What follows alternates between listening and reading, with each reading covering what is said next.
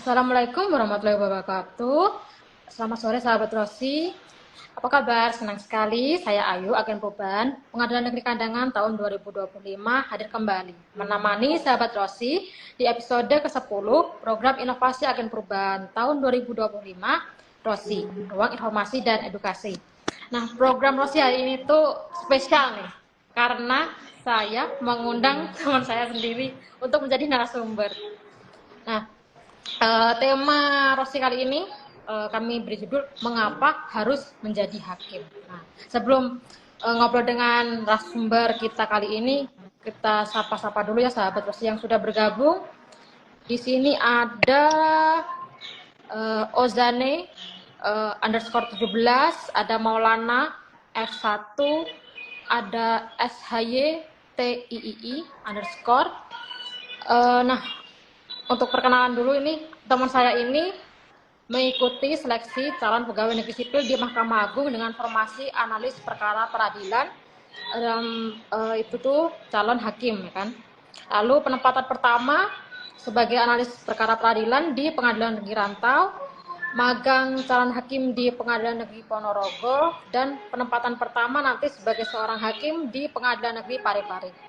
Langsung saja tanpa berlama-lama ya, kita sapa teman saya ini. Halo Yusak. Halo, selamat siang. Halo. Ini manggilnya apa nih? Pak, Mas, atau nama, atau terserah nih apa? Mas saja, Mas. Oh, Ya, Mas lebih aja. akrab ya. Mas aja ya. Oke.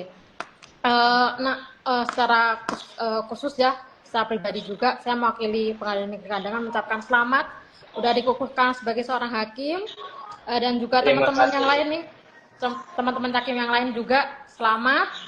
Semoga amanah dalam mengemban jabatan yang baru.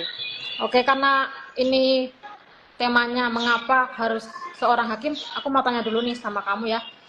Kenapa sih dulu kamu mendaftar di formasi analis perkara peradilan? Atau dalam kurung kemarin kan calon hakim, nah ini apa sih alasan kamu, apa motivasi kamu untuk mendaftar di situ? Terlepas dari background pendidikan ya, sarjana hukum. Coba apa? Jadi gini, selamat siang dulu ya, salam sejahtera bagi kita semua ya. Saya mau memulai begini. Kadang kita berpikir kalau menjadi hakim itu merupakan pilihan ya. Tapi jarang kita sadari bahwa menjadi hakim itu kadang juga merupakan takdir dan garis tangan. Apa artinya? Berperilaku luhur, jujur, dan berintegritas itu harus kita mulai sejak dini dan menjadi kebiasaan. Sehingga orang-orang yang mengandalkan doa dan persiapan yang matanglah yang dapat mengembang profesi mulia ini. Oke, salam kenal lagi, nama saya Zali Eser. Saya baru saja dikukuhkan jadi hakim tanggal 12 April kemarin 2025, dan sekarang sedang persiapan menuju satuan kerja baru di Pengadilan Negeri Parepare. Jadi pertanyaannya, mengapa memilih formasi ini ya? Jadi kebetulan saya 2014 itu masuk di Fakultas Hukum Universitas Surabaya. Awalnya saya bingung tuh, nanti lulus itu mau menjadi apa. Profesi menjadi pilihan hakim itu merupakan opsi yang belum terpikirkan pada saat itu. Singkat cerita, setelah menjalani profesi-profesi lain seperti pengacara, saya merasa ada panggilan untuk mengikuti tes APP yang dibuka pada tahun 2020, itu zaman COVID.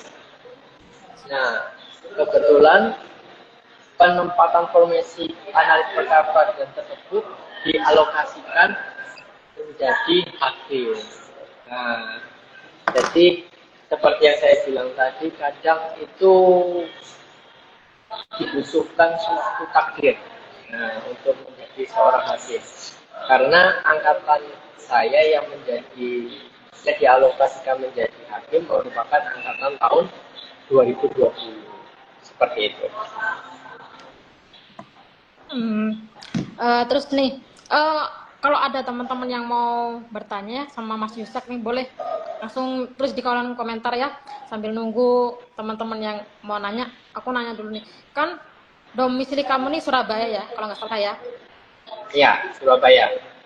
Terus penempatan pertama kamu analis perkara peradilan kemarin kan di Kalimantan nih. tepatnya di Kalimantan Selatan. Nah, gimana nih pertama kali menginjakkan kaki nih di Kalimantan? Perbedaan apa gitu? Apa yang signifikan gitu mungkin ketika kamu di Jawa gitu kan, di Surabaya sama di Kalimantan? Jadi penempatan pertama saya pada tahun 2021 itu di Pengadilan Negeri Rantau, tepatnya di Kabupaten Tapin, Provinsi Kalimantan Selatan. Nah, bagi teman-teman yang tidak tahu, ini merupakan daerah tambang. Nah, jadi kotanya itu secara iklim kurang lebih sama seperti Surabaya, panas. Nah, cuman pertama kali saya menginjakan kaki di Kalimantan itu saya merasakan kombinasi antara semangat tetapi cemas. Nah, Kalimantan ini kan penuh dengan budaya lokal dan tantangan geografis. Untungnya Kalimantan Selatan ini akses antara kota atau antara kabupaten itu sudah bagus. Jadi pertama saya cek dulu nih kondisi geografisnya seperti apa. Nah, ternyata Kalimantan Selatan ini merupakan salah satu provinsi dengan kondisi infrastruktur yang sudah bagus, sehingga kecemasan saya lebih jelas. Nah, kedua permasalahan budaya dan lokal, khususnya bahasa. Nah, di sini saya sedikit terkendala terkait bahasa. Karena bahasanya cukup berbeda jauh dengan bahasa yang ada di Jawa Timur. Tetapi di pengadilan sendiri, mayoritas itu sudah bisa berbahasa Indonesia. Jadi kekhawatiran saya mengenai budaya dan geografis itu akhirnya hilang. Terakhir terkait makanan, ini paling penting. Kalau makanan ini saya cocok banget karena di sini banyak makanan ikan ya. Jadi kebetulan saya juga suka ikan bakar, ikan patin, nah itu yang paling favorit. Jadi kalau saya di Jawa Timur ini saya paling senang makannya itu kalau nyari ikan patin bakar seperti itu. Jadi kalau makanan ini aja ya, cocok-cocok aja ya kalau makanan ya. Cocok banget makanan. Cocok banget. Kalau ada teman-teman yang mau bertanya, boleh langsung ditulis di kolom komentar ya. Mau tanya apa sama Yusak langsung. Nah, lanjut nih ya. Kan setelah beberapa bulan setelah dilantik jadi PNS nih, kalau nggak salah diminta untuk memilih nih kan, Cakim PN, Cakim PA, atau Cakim Petun kalau nggak salah ya. Bulan ya, aku lupa juga. Nah, itu kenapa sih kamu milihnya Cakim PN nih? Apa pertimbangannya? Itu. Jawabannya mudah ini. Kalau pengadilan agama itu kan sudah nggak mungkin ya. Karena kalau pengadilan agama itu kan syarat wajibnya harus beragama Islam. Kebetulan saya sejak SD beragama Kristen. Nah, jadi seleksi untuk pengadilan agama pasti ditutup. Nah, pilihannya dulu waktu itu antara pengadilan negeri dan pengadilan tata usaha negara. Nah, memang kemarin itu ada opsi dari Mahkamah Agung untuk memilih ketiga peradilan itu. Alasannya karena ketika penempatan atau penyeleksian pertama APP kami tidak diberi pilihan. Karena seleksi masuk kami awalnya adalah analis perkara peradilan, ya. Perlu digarisbawahi sehingga ketika seleksi awal kami tidak langsung memilih peradilan mana yang ingin kita tempatkan. Oleh sebab itu banyak beberapa APP yang sebenarnya dia ingin ke pengadilan negeri ataupun ilmunya itu tentang ilmu hukum pidana dan perdata, tetapi dia ditempatkan di pengadilan agama atau pengadilan HUM. Nah, ini momennya adalah ketika Mahkamah Agung ingin menempatkan, maka dia ingin memilih mana yang ingin dia kuasai, apakah di peradilan agama, di peradilan negeri atau peradilan HUM. Nah, kebetulan saya waktu kuliah memang berfokus pada hukum-hukum yang bersifat pidana dan perdata. Jadi saya tidak menyentuh sama sekali tentang peradilan tata usaha negara. Memang belajar tapi tidak menguasai. Jadi alasannya adalah karena sejak kecil, sejak kuliah saya memang menguasai di bidang pidana dan perdata. Lebih menarik di bagian itu. Lebih menarik ya. Oh, jadi ya, berarti pas disuruh milih langsung gitu ya, nggak ada pertimbangan apa gitu ya. Ini ada komentar dari NSD Darlim ya, bacanya gimana ya? Terima kasih Mas Yustak telah bersedia mengisi acara Rosi PN Kandangan. Semoga sukses menjalankan tugas Pare dan tetap menjalankan integritas sambil menegakkan keadilan. Terima kasih Mas Dharma. Mas Dharma ini dari pengadilan juga atau dari aparat kita bukan? Ketua kami. Oh, siap Bapak Ketua. Terima kasih sudah diundang juga. Lanjut ya pertanyaan sambil nunggu kalau ada pertanyaan lagi. Kalau nggak salah di bulan Januari kemarin ya, penempatan Januari 2024 ya kalau nggak salah ya. Kalau salah aku koreksi ya. Penempatan magang Cakim kamu itu di PN Ponorogo, ya kan? Nah itu kan dekat sama domisili kamu nih. Nah gimana tuh setelah dari Surabaya ke Kalimantan Selatan balik lagi ke Jawa, nah itu gimana tuh? Nah ini, jadi memang untuk pengadilan-pengadilan yang ditempatkan magang itu, Mahkamah Agung sudah menentukan salah satu kriterianya adalah minimal kelas 1B, sehingga banyak beragam perkara yang bisa kita pelajari. Jadi magang ini memang dikhususkan bagi para calon hakim untuk belajar berbagai jenis perkara, berbagai jenis format putusan, berbagai jenis pertimbangan yang sebaiknya kita serap sebanyak mungkin. Nah, waktu diumumkan di pengadilan negeri Ponorogo sangat senang karena jarak antara rumah saya dengan pengadilan negeri Ponorogo itu hanya berkisar 2,5 jam dan bisa ditempuh dengan bus. Apalagi kultur, budaya, dan bahasanya juga mirip. Jadi sangat senang waktu itu. Nah, ada beberapa teman-teman juga kadang dia penempatannya itu sama seperti saya di pengadilan negeri Ponorogo, tetapi dia aslinya Kalimantan. Nah, jadi memang dia agak sedikit jauh ya. Jadi di setiap pengadilan itu ditempatkan 9 calon hakim. Nah, dari ke-9 calon hakim di pengadilan, khususnya di pengadilan negeri Ponorogo itu mayoritas berasal dari Kalimantan. Ada 1-2 itu dari Sulawesi Selatan. Jadi cukup beruntung lah ditempatkan di daerah dekat dengan domisili asal. Oh berarti nggak semua magang cakimnya nggak sesuai dengan.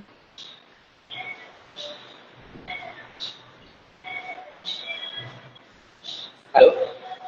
Ya, berarti nggak semua yang magang cakim tuh sesuai domisili kan berarti ya? Betul, karena memang prioritasnya sebenarnya bukan tingkat domisili juga, ya itu salah satu pertimbangan, tetapi yang paling dipertimbangkan adalah di mana pengadilan tersebut mempunyai banyak perkara, sehingga fokus utamanya adalah calon hakim itu belajar dari perkara-perkara tersebut dan beragam jenis perkaranya. Itu yang difokuskan. Oke nih, belum ada pertanyaan ya. Aku lanjut dulu lah, gitu ya. Selama 1 tahun lebih nih magang cakim, apa sih yang dipelajari nih selama magang cakim itu dan apa sih pelajaran yang paling kamu bisa ambil gitu, untuk nanti kamu pakai nih waktu jadi hakim nih, coba. Wah, ini kalau bicara tentang apa yang saya pelajari, wah luas banget ini, bisa 2 jam lebih nih, karena membahas jenis-jenis hukum ya. Nah, tapi secara general kami membahas hukum acara dan hukum material. Nah, apa saja yang kita pelajari di magang? Magang terbagi menjadi 2.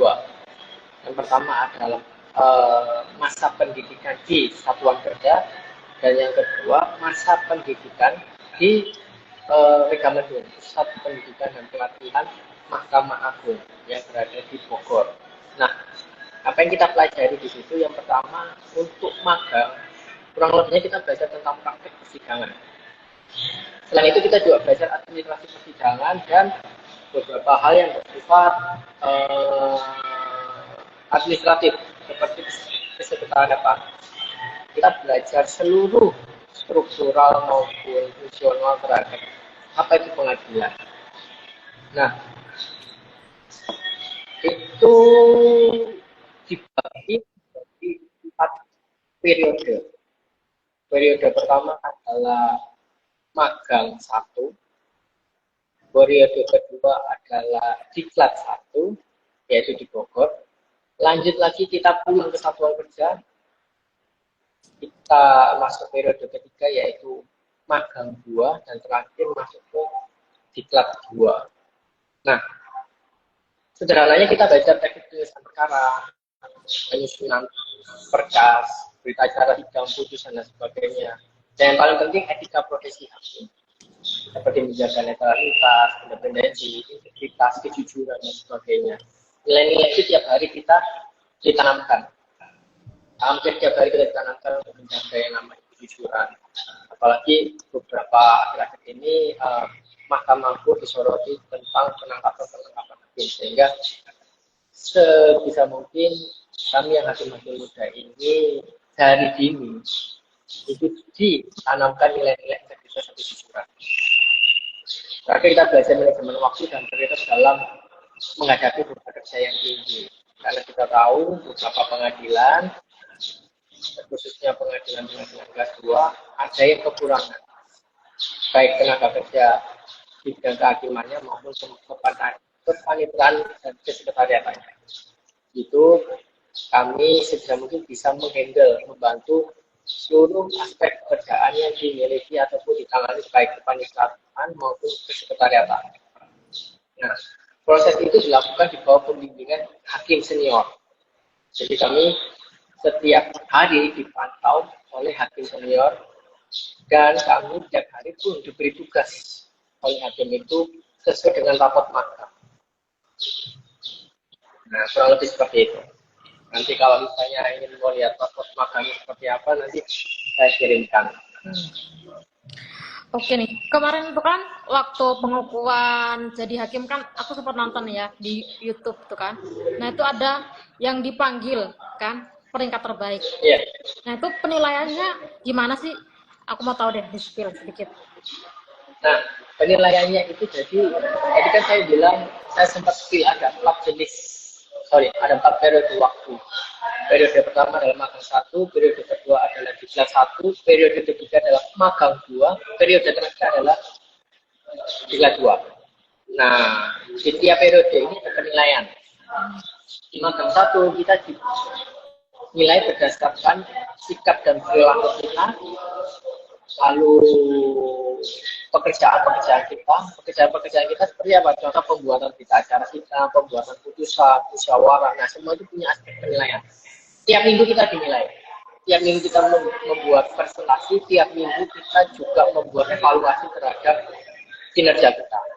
Nah, penilaiannya bukan berbasis angka saja, tapi berbasis rubrik. Berbasis rubrik itu seperti apa? Nanti ada kategori-kategori. Kurang lebihnya contoh misalnya sikap dan perilaku. Kategorinya kurang, sedang, baik, dan baik sekali. Nah, tiap kriteria itu punya komponen penilaian. Nah, contoh misalnya dia menyelesaikan tugas dengan tepat waktu, maka kita kasih poin 4 di rubrik itu. Nah, poin itu nanti akan direkap secara otomatis by system yang kita sebut dengan e-learning. Mudahnya seperti itu. Jadi hakim senior melihat tugas kita, lalu dia menilai berdasarkan rubrik. Itu khusus magang. Khusus magang artinya khusus yang berada di penempatan ataupun bekerja di satuan kerja. Nah, penilaian yang kedua adalah penilaian pada saat pendidikan dan pelatihan di Megamendung di Bogor. Nah, penilaian seperti apa? Ada berbagai macam penilaian. Tapi yang pasti tiap hari kita melakukan yang namanya evaluasi yang berbentuk tes. Tesnya bersifat CAT. CAT seperti apa? Kurang lebih berbasis komputer. Jadi setelah satu materi kita akan dites. Tes tersebut kurang lebih kita mendapatkan 10 soal dengan jangka waktu 10 menit. Nah, contoh misalnya pada hari itu kita belajar tentang hukum acara pidana. Nah, setelah kita mempelajari hukum acara pidana, maka selanjutnya kita akan mengikuti tes melalui komputer, melalui akun kami masing-masing. Jadi kami nanti akan masuk ke akun kami menggunakan laptop kami masing-masing, dan di situ kita akan melakukan atau mengisi tes. Tesnya bersifat pilihan ganda. Nah, di ujung pendidikan itu nanti kita akan dievaluasi kembali melalui ujian lisan. Nah, ujian lisan ini yang paling penting karena bobotnya paling tinggi. Apa aja yang dipelajari di ujian lisan? Seluruh materi yang dipelajari dari masa magang dan masa pendidikan. Jadi sifatnya bisa random. Kadang kita bisa ditanya mengenai hukum acara, kita bisa ditanya mengenai hukum material. Hukum material ini kan banyak, kita bisa belajar tentang KUHP, tindak pidana korupsi, tindak pidana perdagangan orang, tindak pidana pencucian uang, narkotika, dan sebagainya. Itu semua akan ditanyakan. Menurut kemampuan kita, nanti akan dinilai juga berdasarkan rubrik. Nah, nilai-nilai itu sifatnya transparan. Enaknya seperti itu. Kami langsung mengetahui nilai-nilai kami itu berapa. Sehingga kami bisa memperkirakan lah. Kalau dalam persaingan kan kita bisa lihat tuh, nilai teman ini berapa, nilai kami berapa. Jadi kita bisa ukur kemampuan kami. Dari situ kami juga bisa saling evaluasi. Saling evaluasi itu seperti apa? Contoh misalnya dia dapat nilai 80, saya dapat nilai 90. Apa yang salah? Supaya ke depannya paling penting kan waktu berpraktik ya. Selama pembelajaran itu pasti kita mengalami naik surut ataupun kadang lupa sehingga salah atau keliru. Itu wajar karena kita masih belajar. Tetapi ketika berpraktek ini yang paling penting. Yang berpraktek ini jangan sampai ada kesalahan, khususnya dalam hukum acara. Nah, penilaian-penilaian itu nanti akan ditotal berdasarkan bobot dan presentase. Nah, di akhir nilai-nilai tersebut diumumkan lalu diurutkan berdasarkan ranking. Seperti itu. Oh, jadi banyak ya apa namanya aspek-aspeknya untuk penilaian itu. Banyak sekali. Banyak. Kalau ada yang mau bertanya teman sahabat-sahabat Rosi, silahkan tulis di kolom komentar ya. Sambil menunggu, aku lanjutkan nih. Minggu lalu kan kamu udah dikukuhkan ya kan, jadi hakim nih setelah menempuh magang selama 1 tahun lebih. Nah, gimana nih bisa akhirnya menyelesaikan magang hakim ini, dan kalau nggak salah kan disuruh memilih penempatan ya, penempatan kamu tuh gimana milihnya, lalu kenapa milih tempat itu? Alasan saya milih penempatan ya. Nah, penempatan ini juga menarik sekaligus jadi depan. Karena ini menentukan hidup kita 4 tahun ke depan ya. Dan nanti kan hakim itu kurang lebih akan dipindah setelah masa kerja di suatu tempat itu kurang lebih 3-5 tahun. Nah, singkatnya kenapa saya milih Parepare, yaitu satu, sarana dan prasarana dari kota tersebut dibandingkan dengan kota-kota lain, ini merupakan salah satu kota yang cukup maju, kota perdagangan. Kedua, jenis perkara. Terakhir, kedekatan dengan domisili. Kemudian domisili saya kan Surabaya. Jadi kalau ke Sulawesi Selatan itu 1 kali terbang.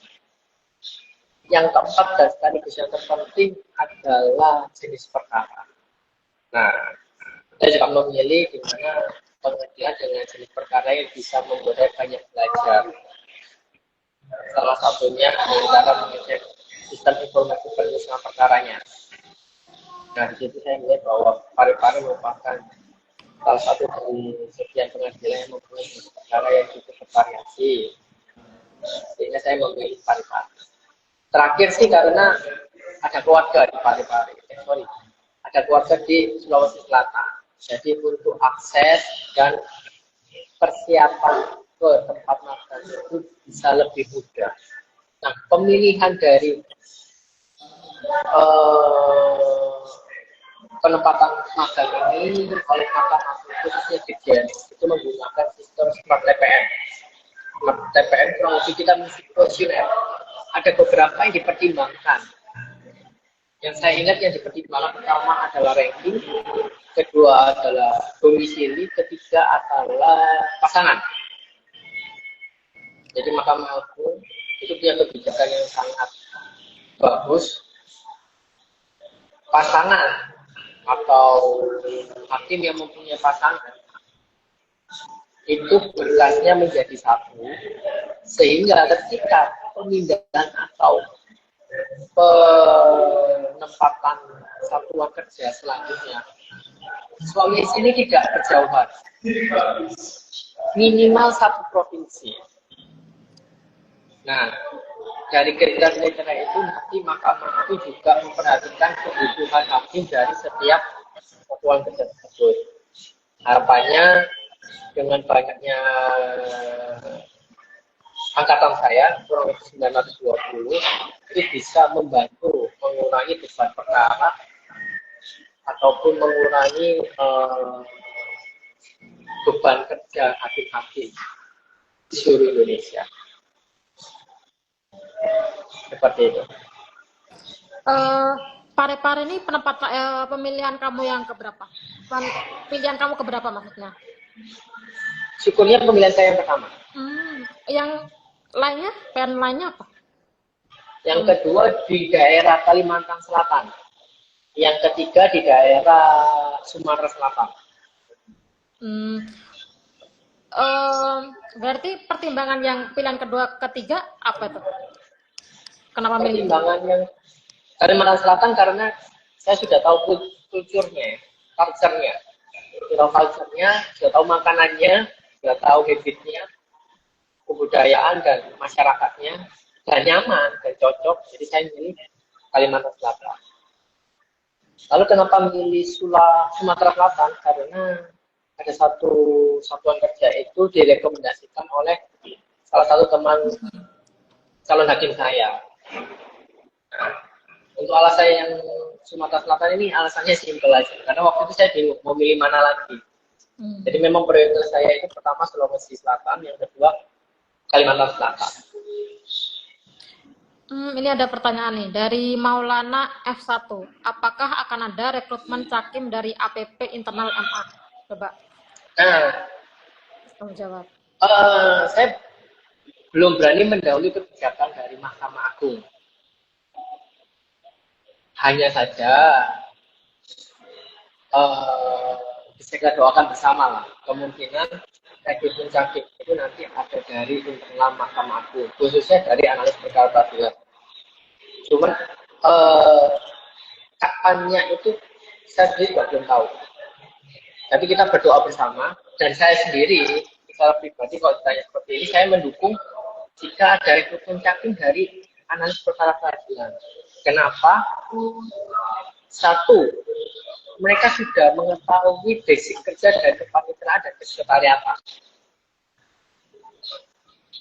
sehingga pola pendidikan atau pola magangnya pasti lebih singkat.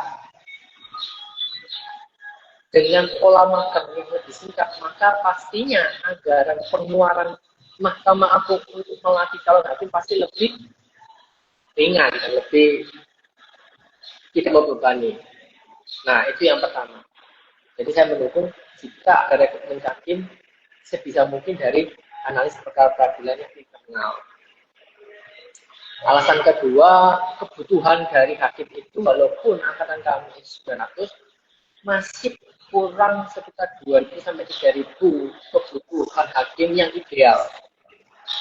Jadi kebutuhan hakim ini di Indonesia itu masih cukup banyak.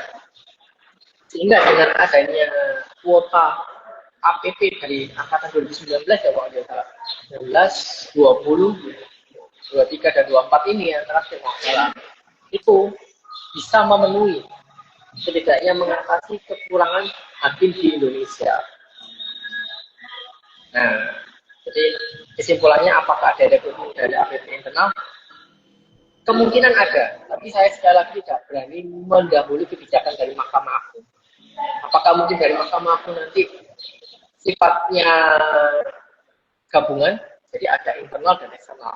Nah itu nanti kita lihat kebijakan Mahkamah Agung lebih lanjut.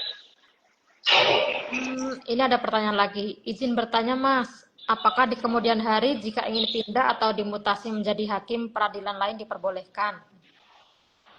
Apa tuh? Sepertinya tidak. Tidak. Jawabannya tidak, karena hakim itu dia belajar dari basic. Belajar dari basic. Apa artinya? Dari sejak awal, dia dilatih untuk memahami hukum, baik hukum acara maupun hukum materi dari tiap lingkungan peradilan. Contohnya, hakim dari peradilan umum tidak mungkin bisa dipindah ke peradilan tata usaha negara karena satu hukum acaranya saja sudah berbeda, yang kedua hukum materi saja sudah berbeda. Nah, singkat ceritanya pasti tidak mungkin itu dipindah antar peradilan ya, nggak mungkin. Oke, mungkin ada yang mau bertanya lagi.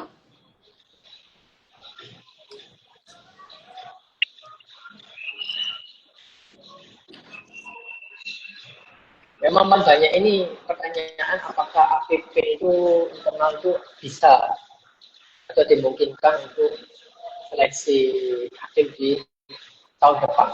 Ya, saya berharap Mahkamah Agung segera merekrut atau segera membuka kembali seleksi hakim di tahun depan sehingga gap antar angkatan itu tidak terlalu jauh. Dengan gap yang terlalu jauh itu beresiko atau memungkinkan ada pengadilan yang tidak terisi karena perbedaan dari kepangkatan. Sebisa mungkin Mahkamah Agung punya periode waktu yang sama dalam membuka atau merekrut calon hakim berikutnya.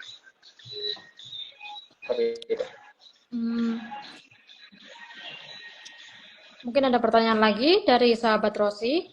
Kalau tidak ada pertanyaan lagi, karena waktu sudah menunjukkan pukul 3:30 ya kalau di sini. Jadi episode ke-10 ini saya tutup. Tapi sebelum saya tutup, mungkin ada sedikit closing statement lah dari Mas Yusak nih untuk menutup episode kali ini. Closing statement ini harus yang wah gitu ya. Tapi sederhananya gitu lah. Menjadi hakim itu tidak hanya dituntut mengenai kompetensi teknis ya, tetapi juga integritas moral. Perjalanan saya dari calon hakim hingga menjadi hakim ini mengajarkan pentingnya ketekunan, adaptasi, dan komitmen terhadap nilai-nilai luhur hukum. Saya berharap kita semua tidak hanya dan tidak saya saja berkontribusi dalam membangun sistem peradilan yang transparan, efektif, dan berpihak pada masyarakat. Pada rekan-rekan aparatur pengadilan, saya kembali mengingatkan untuk tidak berhenti belajar dan tetap rendah hati. Setiap pelayanan dan setiap perkara yang ditangani adalah cerminan keadilan yang kita wujudkan bagi rakyat dan masyarakat. Jadikan setiap tantangan sebagai peluang untuk tumbuh, baik secara profesional maupun pribadi. Akhir kata saya mengucapkan terima kasih terhadap pihak-pihak yang telah memilih saya. Terima kasih kepada Ketua Pengadilan Negeri Kandangan yang memberikan kesempatan saya. Terima kasih kepada Mbak Yuka telah mengundang saya untuk bisa berbagi pengalaman. Semoga apa yang saya sampaikan ini dapat berguna dan bermanfaat bagi kita semua. Terima kasih untuk Mas Yusak yang sudah berkenan nih hadir sebagai narasumber saya nih program Rosi kali ini. Sekali lagi saya mengucapkan selamat kepada Mas Yusak ya telah dikukuhkan sebagai hakim. Semoga perjalanan ke Parepare lancar. Terima kasih. Acara sumpahnya juga dilancarkan ya. Saya juga mengucapkan selamat nih kepada teman-teman cakim yang lain ya yang akan mengemban tugas yang baru. Semoga amanah dalam menjalankan tugasnya. Saya juga mengucapkan terima kasih kepada sahabat Rosi yang sudah bergabung di live Instagram kali ini. Jangan lupa ikuti terus live Instagram program inovasi Agen Perubahan tahun 2025. Rosi, ruang informasi dan edukasi pada hari Jumat pukul 15 sampai dengan 15.30 waktu Indonesia Tengah. Dan jangan lupa follow terus Instagram Pengadilan Negeri Kandangan @pnkandangan untuk mendapatkan informasi tentang kegiatan kantor kami dan layanan hukum lainnya. Saya Ayu, pamit undur diri. Wassalamualaikum warahmatullahi wabarakatuh. Sampai jumpa lagi. Salam Rosi. Bye. Keadilan itu datang dari hati. Setiap langkah Rosi penuh dedikasi. Bersama dalam harmoni untuk pelayanan, menuju masa depan berkeadilan. Masyarakat tak perlu risau lagi, karena Rosi hadir dengan informasi yang mengedukasi. Pengadilan Negeri Kandangan siap menginisiasi, memberikan layanan hukum jelas dan pasti.